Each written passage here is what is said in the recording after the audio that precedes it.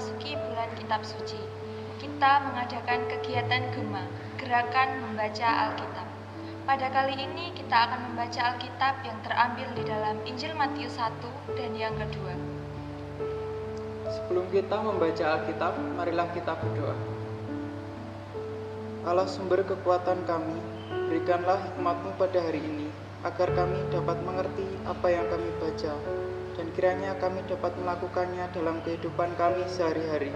Amin. Inilah silsilah Yesus Kristus, anak Daud, anak Abraham. Abraham memperanakkan Ishak, Ishak memperanakkan Yakub, Yakub memperanakkan Yehuda dan saudara-saudaranya. Yehuda memperanakkan Peres dan Serah dari Tamar.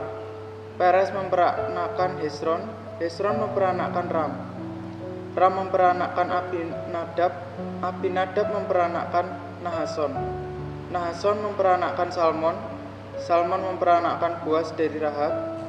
Boas memperanakkan Obed dari Rut, Obed memperanakkan Isai memperanakkan Raja Daud. Daud memperanakkan Salomo dari istri Uria. Salomo memperanakkan Rehabeam. Rehabeam memperanakkan Abia. Abia memperanakkan Asa. Asa memperanakkan Yosafat. Yosafat memperanakkan Yoram. Yoram memperanakkan Usia. Usia memperanakkan Yotam. Yotam memperanakkan Ahaz. Ahaz memperanakkan Hizkia. Hizkia memperanakkan Manasye. Manasye memperanakkan Amon. Amon memperanakkan Yosia. Yosia memperanakkan Yekonya dan saudara-saudaranya pada waktu pembuangan ke Babel. Sesudah pembuangan ke Babel, Yekonya memperanakkan Sealtiel. Sealtiel memperanakkan Zerubabel. Zerubabel memperanakkan Abihud. Abihud memperanakkan Eliakim. Eliakim memperanakkan Azor. Azor memperanakkan Zadok. Zadok memperanakkan Akim. Akim memperanakkan Eliud. Eliud memperanakkan Eleazar. Eleazar memperanakkan Matan. Matan memperanakkan Yakub. Yakub memperanakkan Yusuf suami Maria yang melahirkan Yesus yang disebut Kristus. Jadi seluruhnya ada 14 keturunan dari Abraham sampai Daud, 14 keturunan dari Daud sampai pembuangan ke Babel, dan 14 keturunan dari pembuangan ke Babel sampai Kristus. Kelahiran Yesus Kristus adalah seperti berikut. Pada waktu Maria, ibunya bertunangan dengan Yusuf, ternyata ia mengandung dari Roh Kudus sebelum mereka hidup sebagai suami istri. Karena Yusuf suaminya seorang yang tulus hati dan tidak mau mencemarkan nama istrinya di hadapan umum, ia bermaksud menceraikannya dengan diam-diam. Tetapi ketika ia mempertimbangkan maksud itu, malaikat Tuhan menampakkannya dalam mimpi dan berkata, Yusuf anak Daud, janganlah engkau takut mengambil Maria sebagai istrimu, sebab anak yang dikandung dalamnya adalah dari Roh Kudus. Ia akan melahirkan anak laki-laki, dan engkau akan menamakan dia Yesus, karena dialah yang akan menyelamatkan umatnya dari dosa mereka. Hal itu terjadi supaya genaplah yang difirmankan Tuhan oleh Nabi. Sesungguhnya, anak darah itu akan mengandung dan melahirkan seorang anak laki-laki, dan mereka akan menamakan dia Immanuel. Yang berarti Allah menyertai kita. Sesudah bangun dari tidurnya, Yusuf terbuat seperti yang diperintahkan malaikat Tuhan itu kepadanya. Ia mengambil Maria sebagai istrinya, tetapi tidak bersetubuh dengan dia sampai ia melahirkan anaknya laki-laki, dan Yusuf menamakan dia Yesus. Sesudah Yesus dilahirkan di Betlehem di tanah Yudea pada zaman Raja Herodes, datanglah seorang Majus dari timur ke Yerusalem dan bertanya-tanya, Di manakah dia, Raja orang Yahudi yang baru dilahirkan itu? Kami telah melihat bintangnya di timur, dan kami datang untuk menyembah dia. Ketika Raja Herodes mendengar hal itu, terkejutlah ia beserta seluruh Yerusalem. Maka dikumpulkannya semua imam kepala dan ahli Taurat bangsa Yahudi.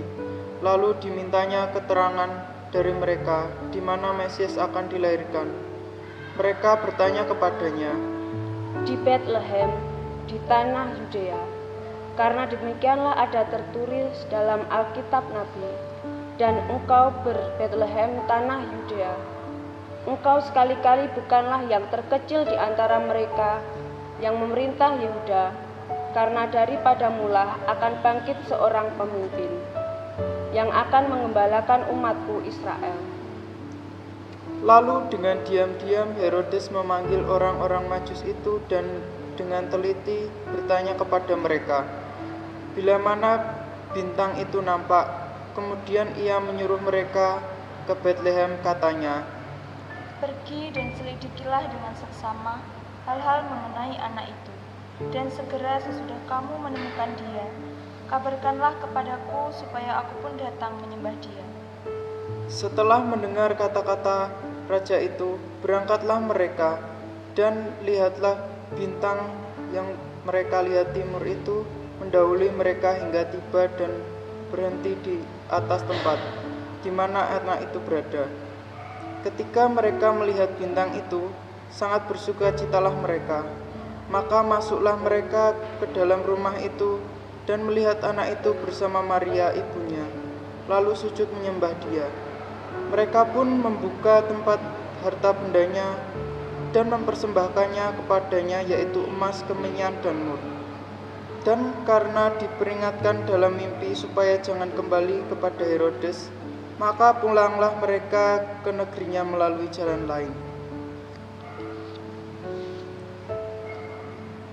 Setelah orang-orang Majus itu berangkat, nampaklah malaikat Tuhan kepada Yusuf dalam mimpi dan berkata, Bangunlah, ambillah anak itu serta ibunya.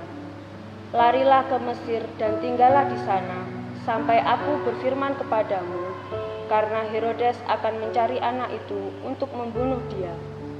Maka Yusuf pun bangunlah, diambilnya anak itu serta ibunya malam itu juga, lalu menyingkir ke Mesir dan tinggal di sana hingga Herodes mati. Hal itu terjadi supaya genaplah yang difirmankan Tuhan oleh Nabi. Dari Mesir kupanggil anakku. Ketika Herodes tahu bahwa ia telah diperdaya oleh orang-orang Majus itu, ia sangat marah. Lalu ia menyuruh membunuh semua anak di Bethlehem dan sekitarnya, yaitu anak-anak yang berumur 2 tahun ke bawah, sesuai dengan waktu yang dapat diketahuinya dari orang-orang Majus itu. Dengan demikian, genaplah firman Tuhan yang disampaikan oleh Nabi Yeremia. Terdengarlah suara di Rama, tangis dan ratap yang amat sedih. Rahel menangisi anak-anaknya, dan ia tidak mau dihibur, sebab mereka tidak ada lagi. Setelah Herodes mati, nampaklah malaikat Tuhan kepada Yusuf dalam mimpi di Mesir, katanya, Bangunlah, ambillah anak itu serta ibunya, dan berangkatlah ke tanah Israel, karena mereka yang hendak membunuh anak itu sudah mati. Lalu Yusuf pun bangunlah, diambilnya anak itu serta ibunya, dan pergi ke tanah Israel. Tetapi setelah didengarnya bahwa Arkelaus menjadi raja di Yudea menggantikan Herodes ayahnya, ia takut ke sana. Karena dinasihati dalam mimpi, pergilah Yusuf ke daerah Galilea. Setibanya di sana, ia pun tinggal di sebuah kota yang bernama Nazaret. Hal itu terjadi supaya genaplah firman yang disampaikan oleh nabi-nabi, bahwa ia akan disebut orang Nazaret. Amin. Salam Patunggilan. Saat ini kita masih dalam bulan Kitab Suci, dalam program Gema, Gerakan Membaca Alkitab. Pada saat ini kita akan membaca di Injil Matius pasal 3 dan 4.